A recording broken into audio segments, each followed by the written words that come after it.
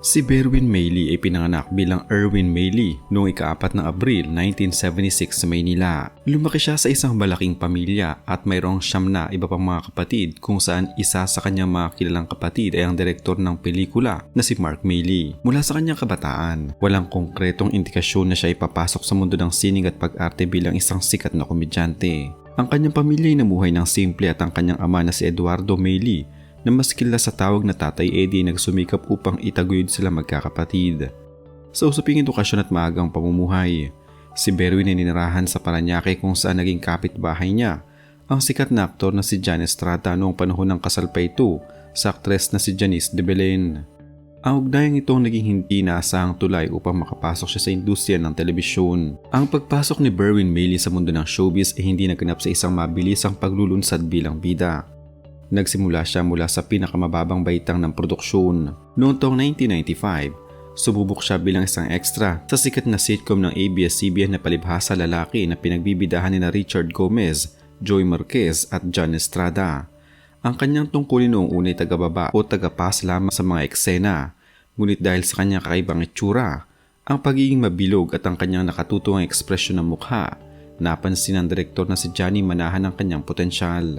Dahil sa gabay ni na John Estrada at Johnny Manahan, unti-unting binigyan ng mas malaking exposure si Berwin hanggang sa maging regular na miyembro ng cast ng nasabing programa. Ang kanyang pagiging bahagi ng palibhasa lalaki hanggang sa pagtatapos nito noong taong 1998 ang nagbukas ng pinto para sa mas marami pang proyekto. Formal siyang inilunsad bilang bahagi ng Star Circle Batch 6 ng ABS-CBN Talent Center. Kakaiba ang kanyang katayon sa grupong ito dahil habang ang kanyang mga kasabay mga kabataang hinuhubog upang maging mga matinee idol at leading man, si Berwin lamang ang matatanging komedyante na napabilang sa piling pangkat na iyon.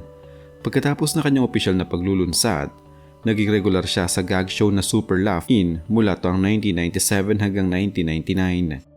Nasundan pa ito ng iba pang mga tanyag na sitcom tulad ng Richard Love Lucy na pinagbidahan ni Richard Gomez at Lucy Torres at ang bida si Mr. Bida si Mrs. kung saan nakasama niya sina Marcel Soriano at Cesar Montano. Sa loob ng ilang taon, naging paboritong sidekick si Berwin sa mga pelikula ng Star Cinema dahil sa kanya kakayahang maghatid ng tawanan nang hindi sumasapaw sa mga pangunahing artista. Noong taong 2003, nagbagong direksyon ng kanyang karera na magdesisyon siyang lumipat sa karibal na istasyon, ang GMA Network. Ang kanyang unang proyekto sa Kapuso Network ay ang sitcom na Cool Ka Lang at nang matapos ito sa parehong taon, mabilis siyang isinama sa kapalit nitong programa, ang Lagot Ka, Isusumbong Kita, na naging isang malaking hit sa telebisyon. Sa programang ito nakasama niya sina Raymart Santiago, Benji Paras at Joy Marquez.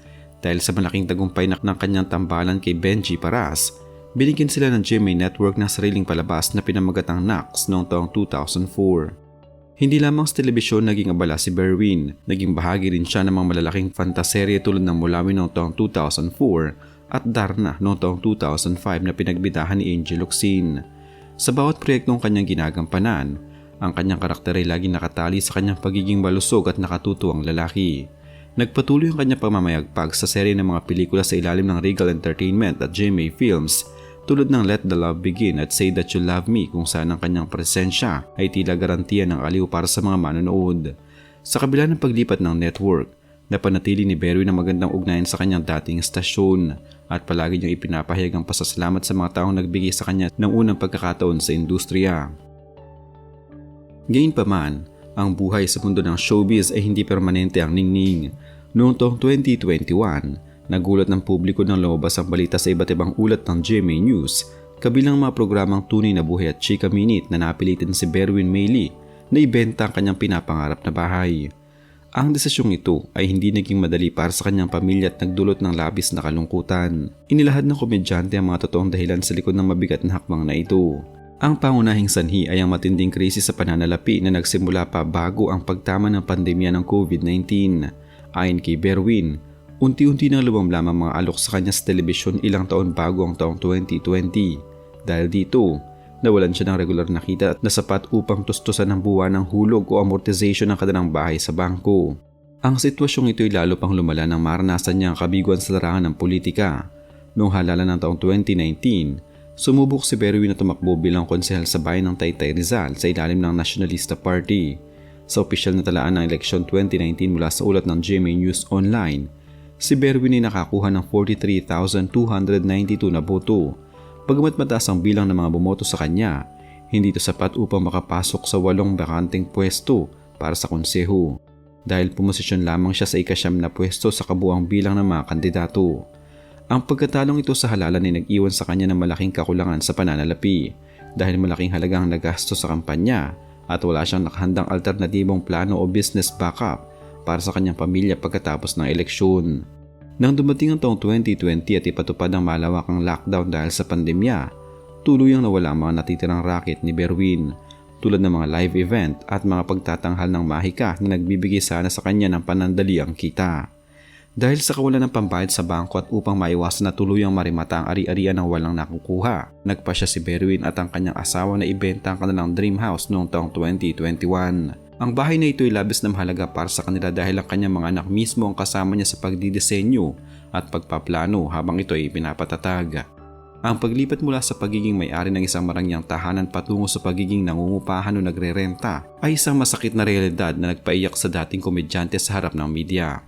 Subalit sa kabila ng sakit, ipinahayag ni Berwin sa GMA News na itinuturing pa rin niyang itong isang pagpapala mula sa Diyos dahil ang perang nakuha sa pagbebenta ng bahay ang naging pagkain ng kanyang pamilya sa bawat araw ng lockdown. Umamin din noon si Berwin sa matinding pagkakabaon sa mga masamang bisyo, partikular ang labis na pag-inom ng alak at ang paggamit ng ipinagbabawal na gamot noong panahon na nasa rurok siya ng kanyang kasikatan.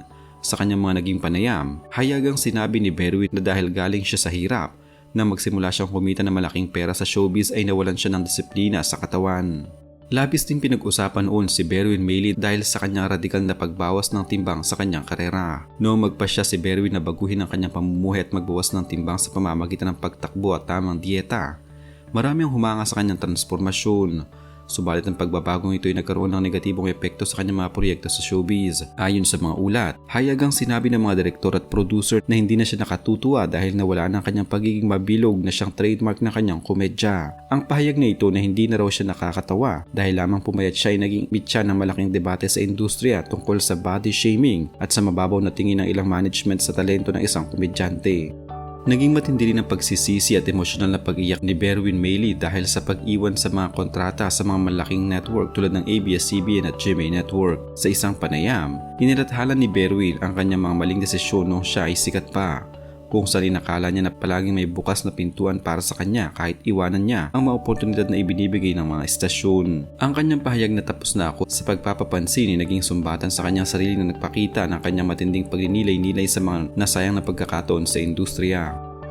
Sa kasalukuyan, malaki na ang pagbabago sa buhay ni Berwin Mayley at malayo na siya sa ingay ng industriya ng showbiz. Si Berwin ay isang ganap ng pastor at aktibong ibinabahagi ang kanyang patotoo tungkol sa kung paano binago ng Diyos ang kanyang buhay mula sa pagiging biktima ng bisyo patungo sa isang tuwid na daan. Bukod sa kanyang gawaing pang-spiritual, abala rin siya sa kanyang itinatag na negosyo ng pagkain na tinatawag niyang Berwin's Corny Doggy. Ang negosyong ito na nagsimula noong panahon ng pandemya upang may maitustos sa pamilya ay naging matagumpay at nagkaroon pa ng sangay para sa prangkisa na nagkakahalaga ng 450 hanggang 650,000 pesos. Sa kanyang tindahan ng corn dog, si Berwin mismo ang gumagawa ng lahat ng trabaho mula sa pagbubukas ng pinto, paghahanda ng batter hanggang sa pagluluto. Ang pinakahuling balita tungkol sa kanya ay ang kanyang patuloy na dedikasyon sa malusog na pamumuhay at ang kanyang pagiging isang multi-sport athlete at triathlete. Sa mga ulat ng ABS-CBN Entertainment noong huling bahagi ng Hunyo taong 2025, si Berwin ay aktibo bilang isang race director at organizer ng mga thematic run sa Pilipinas. Siya ang namuno sa proyektong You vs. You Run 2025 na ginanap noong 20 ng Hulyo sa Ayala, Vermosa Sports Hub sa Imus, Cavite, sa ilalim ng organisasyon ng 88 Sports PH at 88 Ace Production Corporation. Sa kanyang edad na patungo na sa 50, nagawa rin niyang tapusin ang kanyang unang Ironman 70.3 triathlon sa Davao na isang patunay ng kanyang matinding disiplina sa katawan. Siya ay kasalukuyang naninirahan sa Antipolo, kung saan maayos ang kanyang kalagayan kasama ang kanyang asawa at mga anak.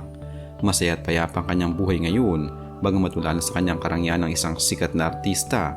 Sinabi niya sa kanyang mga pinakahuling pahayag na ang pagkakaroon ng isang buo at nagmamahalang pamilya ay higit pa sa anumang milyong piso na maaari niyang kitain sa showbiz.